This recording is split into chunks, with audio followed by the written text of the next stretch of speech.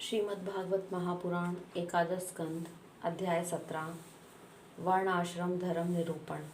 उद्धव जी ने कहा, कमल्यान श्री कृष्ण, आपने पहले वर्ण आश्रम धर्म का पालन करने वालों के लिए और सामान्यतः मनुष्य मात्र के लिए उस धर्म का उपदेश किया था जिससे आपकी भक्ति प्राप्त होती है। अब आप कृपा करके यह बताइए कि मनुष्य किस प्रकार से अपने धर्म का अनुष्ठान करे जिससे आपके चरणों में उसे भक्ति प्राप्त हो जाए। प्रभु महाबाहु माधव, पहले आपने हंस रूप से अवतार ग्रहण करके ब्रह्मा जी को अपने परम धर्म का उपदेश किया था। रिपुदमन बहुत समय बीत जाने के कारण वह इस समय मृत्यु लोक में प्राय नहीं सा रह गया है, क्योंकि आपको उसका उपदेश किए बहुत दिन हो गए हैं। अच्युत, पृथ्वी में तथा ब्रह्मा की उस सभा में भी जहाँ संपूर्ण वेद मूर्तिमान होकर विराजमान रहते हैं, आपके अतिरिक्त ऐसा कोई भी नहीं है जो आपके इस धर्म का प्रवचन, प्रवर्तन एवं संरक्षण कर सके। इस धर्म के प्रवर्तक, रक्षक और उपदेशक आप ही हैं। आपने पहले जैसे मधु दैत्य को मारकर वेदों की रक्षा की थी, वैसे ही अपने धर्म की भी रक्षा कीजिए। स्वयं प्रकाश परमात्मन, जब आप पृथ्वी तल से अपनी लीला संवरण कर लेंगे तब तो इस धर्म का लोभ ही हो जाएगा, तो फिर उसे कौन बतावेगा। आप समस्त धर्मों के मर्मज्ञ हैं, इसलिए प्रभु आप उस धर्म का वर्णन कीजिए जो आपकी भक्ति प्राप्त कराने वाला है, और यह भी बताइए कि किसके लिए उसका कैसा विधान है। श्री सुखदेव कहते हैं, परीक्षित, जब इस प्रकार भक्त शिरोमणि उद्धव जी ने प्रश्न किया तब भगवान श्री कृष्ण ने अत्यंत प्रसन्न होकर प्राणियों के कल्याण के लिए उन्हें सनातन धर्मों का उपदेश दिया। भगवान श्री कृष्ण ने कहा, प्रिय उद्धव, तुम्हारा प्रश्न धर्म में है, क्योंकि इससे वर्ण आश्रम धर्मी मनुष्य को परम कल्याण स्वरूप मोक्ष की प्राप्ति होती है। अतः मैं तुम्हें उन धर्मों का उपदेश करता हूँ, सावधान होकर सुनो। जिस समय इस कल्प का प्रारंभ हुआ था और पहला सतयुग चल रहा था, उस समय सभी मनुष्यों का हंस नामक एक ही वर्ण था। उस युग में सब लोग जन्म से ही कृतकृत्य होते थे, इसलिए उसका एक नाम कृतयुग भी था। उस समय केवल प्रणव ही वेद था और तपस्या, सोच, दया एवं सत्य रूप चार चरणों में से युक्त मैं ही वृषभ रूपधारी धर्म था। उस समय के निष्पाप एवं परम तपस्वी भक्तजन मुझ हंस स्वरूप शुद्ध परमात्मा की उपासना करते थे।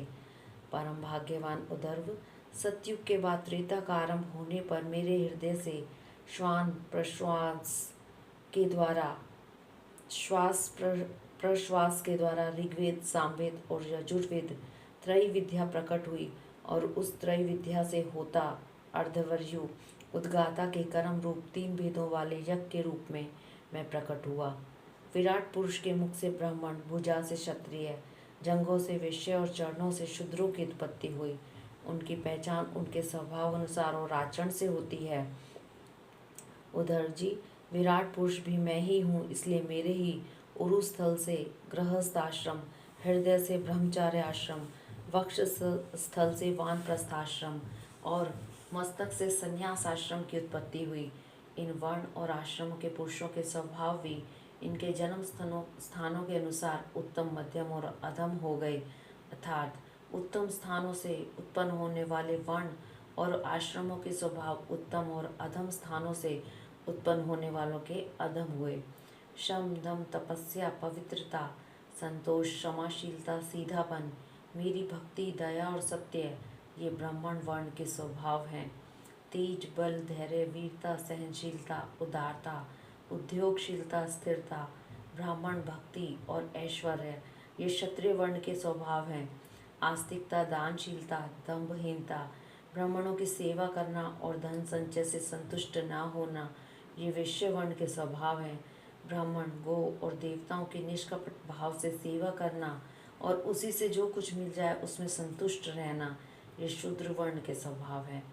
अपवित्रता, झूठ बोलना, चोरी करना, ईश्वर और परलोक की परवाह न करना, झूठ मूठ झगड़ना और काम, क्रोध एवं तृष्णा के वश में रहना, ये अत्यजों के स्वभाव हैं। उद्धव जी, चारों वर्णों और चारों आश्रमों के लिए साधारण धर्म यह है कि मन, वाणी और शरीर से किसी की हिंसा न करे, सत्य पर दृढ़ रहे, चोरी न करे, काम, क्रोध तथा लोभ से बचे और जिन कामों के करने से समस्त प्राणियों की प्रसन्नता और उसका भला हो वही करे।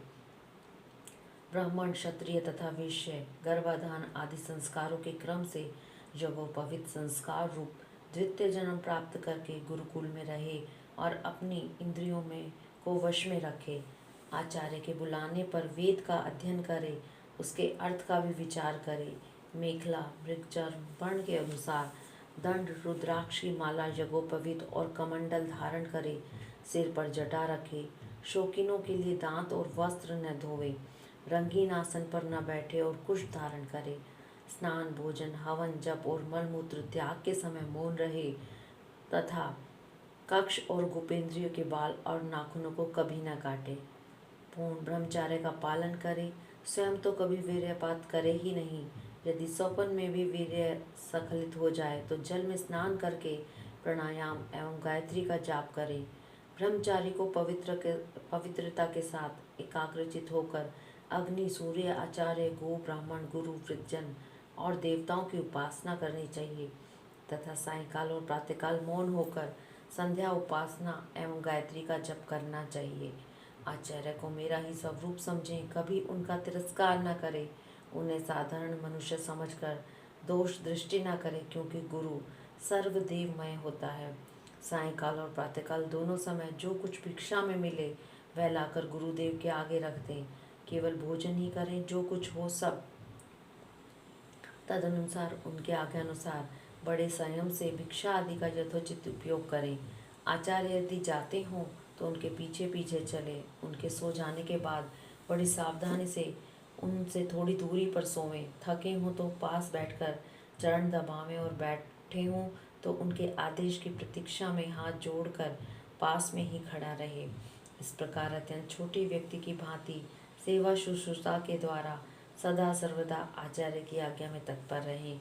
जब तक विद्या अध्ययन समाप्त न हो जाए तब तक सब प्रकार के भोगों से दूर रहकर इस प्रकार गुरुकुल में निवास करें और कभी अपना ब्रह्मचार्य व्रत खंडित न होने दें। यदि ब्रह्मचारी का विचार हो कि मैं मूर्तिमान वेदों के निवास स्थान ब्रह्मलोक में जाऊं, तो उसे आजीवन नैष्ठिक ब्रह्मचार्य व्रत ग्रहण कर लेना चाहिए और वेदों के सब अध्याय के लिए अपना सारा जीवन आचार्य की सेवा में ही समर्पित कर देना चाहिए। ऐसा ब्रह्मचारी सचमुच ब्रह्म तेज से संपन्न हो जाता है और उसके सारे पाप नष्ट हो जाते हैं। उसे चाहिए कि अग्नि गुरु अपने शरीर और समस्त प्राणियों में मेरी ही उपासना करे और यह भाव रखे कि मेरे तथा सबके हृदय में एक ही परमात्मा विराजमान है। ब्रह्मचारी, वानप्रस्थ और सन्यासी को चाहिए कि वे स्त्रियों को देखना, स्पर्श करना, उनसे बातचीत या हंसी मस्खरी करना दूर से ही त्याग दें। मैथुन करते हुए प्राणियों पर दृष्टिपात न करें। प्रिय उद्धव, शौच, आचमन, स्नान, संध्या उपासना, सरलता, तीर्थ सेवन, जप, समस्त प्राणियों से मुझे ही देखना, मन, वाणी और शरीर का संयम, यह ब्रह्मचारी, गृहस्थ, वानप्रस्थ और सन्यासी सभी के लिए एक सा नियम है। अस्पृश्यों को न छूना, अभक्ष्य वस्तु को न खाना और जिनसे बोलना नहीं चाहिए उनसे न बोलना, ये नियम भी सबके लिए हैं। नैष्ठिक ब्रह्मचारी ब्राह्मण इन नियमों का पालन करने से अग्नि के समान तेजस्वी हो जाता है। तीव्र तपस्या के कारण उसके कर्म संस्कार भस्म हो जाते हैं, अंतःकरण शुद्ध हो जाता है और वह मेरा भक्त होकर मुझे प्राप्त कर लेता है। प्यारे उद्धव, यदि नैष्ठिक ब्रह्मचार्य ग्रहण करने की इच्छा न हो तो गृहस्थ आश्रम में प्रवेश करना चाहता हो तो विधि पूर्वक वेदा अध्ययन समाप्त करके आचार्य को दक्षिणा देकर और उनकी अनुमति लेकर समावर्तन संस्कार करावे। स्नातक बनकर ब्रह्मचार्य आश्रम छोड़ दे। ब्रह्मचारी को चाहिए कि ब्रह्मचार्य आश्रम के बाद गृहस्थ अथवा वानप्रस्थ आश्रम में प्रवेश करे। यदि ब्राह्मण हो तो संन्यास भी ले सकता है अथवा उसे चाहिए कि क्रमशः एक आश्रम से दूसरे आश्रम में प्रवेश करे, किंतु मेरा आज्ञाकारी भक्त बिना आश्रम के रहकर अथवा विपरीत क्रम से आश्रम परिवर्तन कर स्वेच्छाचार में न प्रवृत्त हो। प्रिय उद्धव, यदि ब्रह्मचार्य आश्रम के बाद गृहस्थ आश्रम स्वीकार करना हो तो ब्रह्मचारी को चाहिए कि अपने अनुरूप एवं शास्त्र उक्त लक्षणों से संपन्न कुलीन कन्या से विवाह करे। वह अवस्था में अपने से छोटी और अपने ही वर्ण की होनी चाहिए। यदि कामवश अन्य वर्ण की कन्या से और विवाह करना हो तो क्रमशः अपने से निम्न वर्ण की कन्या से विवाह कर सकता है। यज्ञ याग आदि अध्ययन और दान करने का अधिकार ब्राह्मण क्षत्रिय एवं वैश्यों को समान रूप से है, परंतु दान लेने, पढ़ाने और यज्ञ कराने का अधिकार केवल ब्राह्मणों को ही है। ब्राह्मण को चाहिए कि इन तीनों वृत्तियों में प्रतिग्रह अर्थात दान लेने की वृत्ति को तपस्या, तेज और यश का नाश करने वाली समझकर पढ़ाने और यज्ञ कराने के लिए अपना जीवन निर्वाह करे, और यदि इन दोनों वृत्तियों में भी दोष दृष्टि हो, परावलंबन, दीनता आदि दोष दिखते हों, तो अन्न कूटने के बाद खेतों में पड़े हुए दाने बीन कर ही अपना जीवन का निर्वाह कर लें। उद्धव, ब्राह्मण का शरीर अत्यंत दुर्लभ है। यह इसलिए नहीं कि इसके द्वारा तुच्छ विषय भोग ही भोगे जाए, यह तो जीवन पर्यंत कष्ट भोगेगा। तपस्या करने और अंत में अनंत आनंद स्वरूप मोक्ष की प्राप्ति करने के लिए ही है। जो ब्राह्मण घर में रहकर अपने महान धर्म का निष्काम भाव से पालन करता है और खेतों में तथा बाजारों में गिरे पड़े दाने चुनकर संतोषपूर्वक अपने जीवन का निर्वाह करता है, साथ ही अपना शरीर, प्राण, अंतःकरण और आत्मा मुझे समर्पित कर देता है और कहीं भी अत्यंत आसक्ति नहीं करता, वह बिना संन्यास लिए ही परम शांति स्वरूप परम पद प्राप्त कर लेता है। जो लोग विपत्ति में पड़े कष्ट पा रहे मेरे ब्राह्मण भक्तों को विपत्तियों से बचा लेते हैं, उन्हें मैं शीघ्र ही समस्त आपत्तियों से उसी प्रकार बचा लेता हूँ जैसे समुद्र में डूबे हुए प्राणी को नौका बचा लेती है। राजा पिता के समान सारी प्रजा का कष्ट से उद्धार करे, उन्हें बचावे, जैसे गजराज दूसरे गजों की रक्षा करता है और धीर होकर स्वयं अपने आप से अपना उद्धार करे। जो राजा इस प्रकार प्रजा की रक्षा करता है, वह सारे पापों से मुक्त होकर अंत समय में सूर्य के समान तेजस्वी विमान पर चढ़कर स्वर्ग लोक में जाता है और इंद्र के साथ सुख भोगता है। यदि ब्राह्मण अध्यापन अथवा यज्ञ याग आदि से अपनी जीविका न चला सके तो वैश्य वृत्ति का आश्रय ले ले और जब तक विपत्ति दूर न हो जाए तब तक करे। यदि बहुत बड़ी आपत्ति का सामना करना पड़े तो तलवार उठाकर क्षत्रियों की वृत्ति से भी अपना काम चला ले, परंतु किसी भी अवस्था में नीचों की सेवा, जिसे श्वान वृत्ति कहते हैं, ना करे। इस प्रकार क्षत्रिय भी प्रजा पालन आदि के द्वारा अपने जीवन का निर्वाह न कर सके तो वैश्यवृत्ति व्यापार आदि कर ले। बहुत बड़ी आपत्ति हो तो शिकार के द्वारा अथवा विद्यार्थियों को पढ़ाकर अपनी आपत्ति के दिन काट दे, परंतु नीचों की सेवा श्वान वृत्ति का आश्रय कभी न ले। विश्व भी आपत्ति के समय शूद्रों की वृत्ति सेवा से अपना जीवन निर्वाह कर ले और शूद्र चटाई बुनने आदि कारुवृत्ति का आश्रय ले ले, परंतु उधर ये सारी बातें आपत्ति काल के लिए ही हैं।